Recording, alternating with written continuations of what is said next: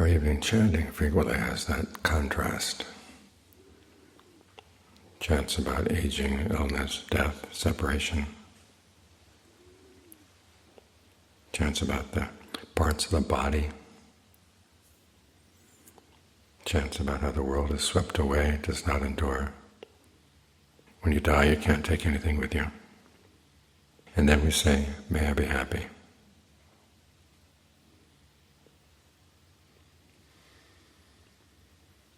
We put those together to remind ourselves that our search for happiness has to be done in this world, where the facts of aging, illness, and death are all around us.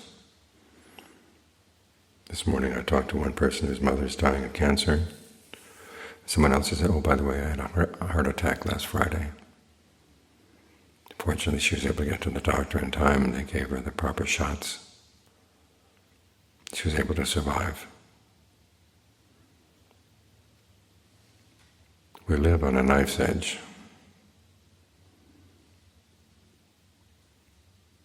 We're intoxicated with our life, with our health, with our youth. We can so easily lose these things. We need to find something inside that's more solid.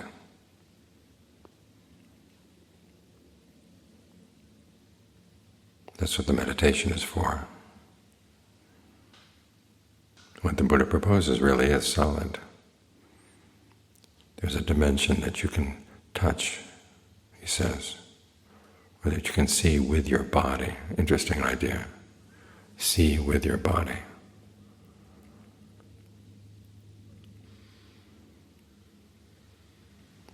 And it's outside of space and time.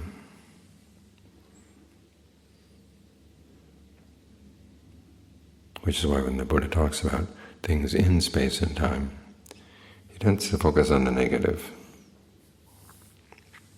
because there's something better. He's not being negative just to show how negative he could be. He's negative with a purpose, for you to want to find a happiness that's better than this.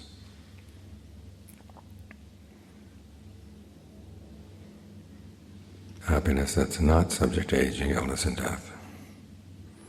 That's not swept away. Which means that our search for happiness has to be clear-eyed. A lot of people, when they search for happiness, tend to put blinders on.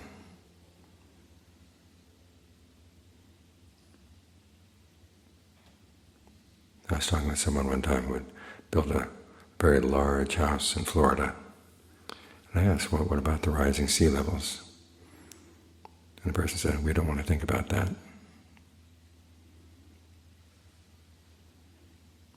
That's not how the Buddha would look for happiness. He would look squarely at whatever dangers there are and do his best to prepare for them.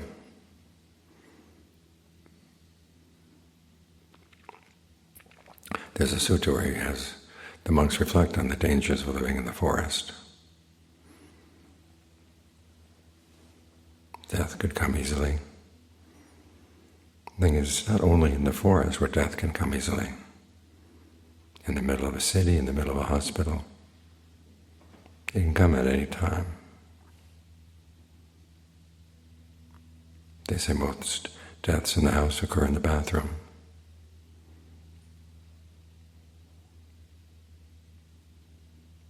And yet we don't think of it as a dangerous place.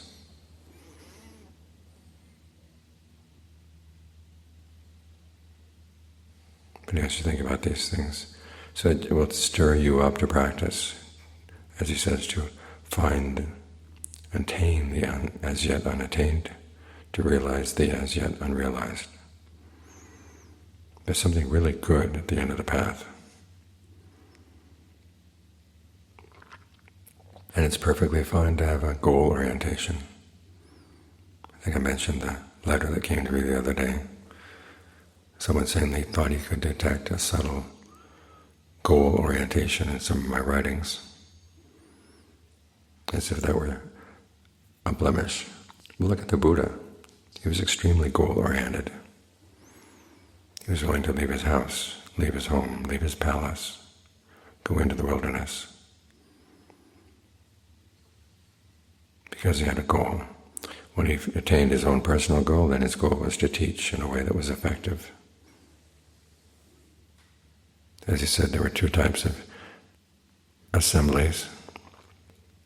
One, the assembly where the teacher teaches empty words that are beautiful, but doesn't want to be questioned as to what they mean. Doesn't want to be challenged. And then there's the assembly where the teacher is willing to be challenged. He's open to questioning, what does this word mean? What does that word mean? How is it supposed to be used? And he said that his assembly was the second kind, because he wanted to be taught, he wanted to teach in a way that was understood, and then when it was understood, it could be put into practice.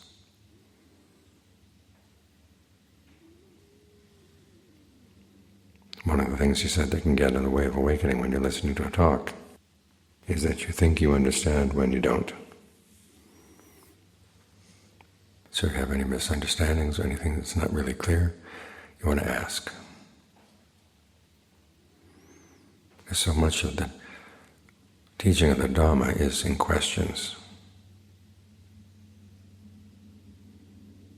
I've been going through collecting the different passages where the Buddha gives a teaching and the people listening to the teaching gain either the Dhamma eye, in other words, one of the lower levels of awakening, or they gain full awakening while listening. What's striking is how many of the teachings are in a question and answer pattern. In most cases, it's the teacher asking questions, basically asking you to look at this. What's this? What's happening here in your mind right here? What's your experience of form right now? What kind of feelings do you have right now? What are your perceptions right now? What are your thought constructs, your intentions? What about your consciousness right now? How do you experience these things? Are you suffering from them? If you are, what are you doing with it in relationship to them that's making you suffer? In other words, you would have an inquisitive attitude to what's going on in the mind. Because that's how we found awakening, and that's how we can all find awakening too. If we're not inquisitive, if we just sit there and say, well, this is the way this is, and that's just the way that is, we have to accept it, don't try to figure it out. We just stay where we were. Image. The Force of John's take is, I like to use as someone in a prison. There's a key to get out of the prison, but instead of using the key to get out, they just put it on the wall,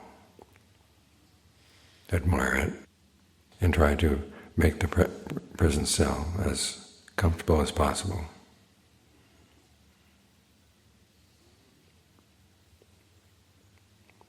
But this is where we have that reflection on aging, illness, and death. It is a prison cell. We want to get out.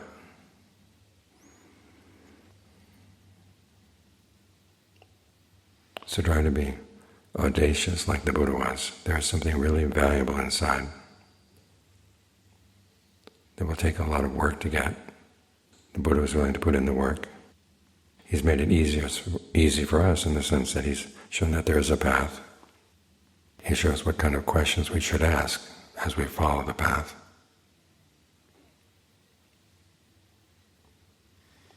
To spark a sense inside that we can't just rest here.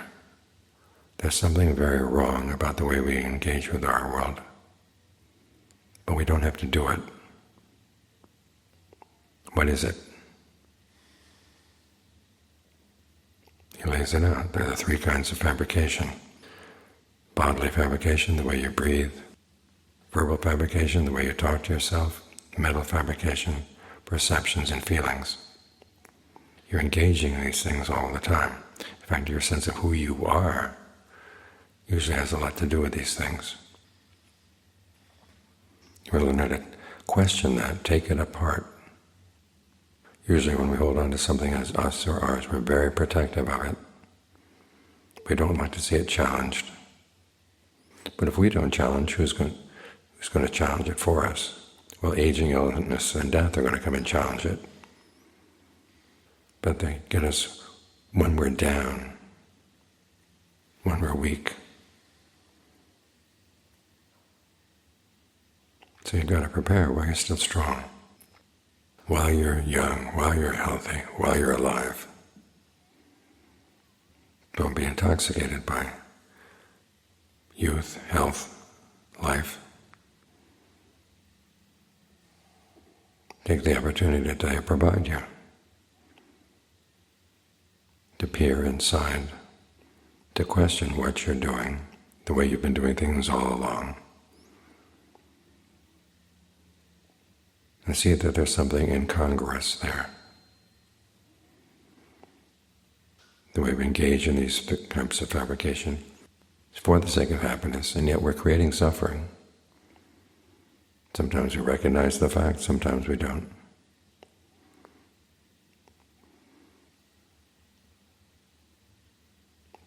We have to remind ourselves the Buddha is there to stir us up, to get us to question what we're doing. And so he brings the facts of suffering, he brings the facts of aging, illness, and death, and says, don't look away from these things, look at them.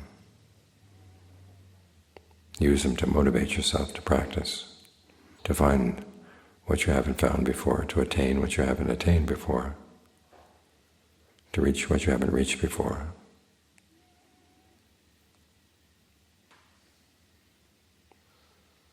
We're looking for something unexpected, so we're going to have to do some unexpected things, ask some unexpected questions.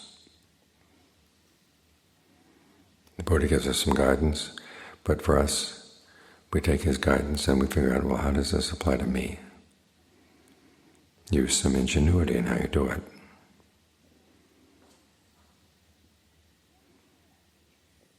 That's the way out.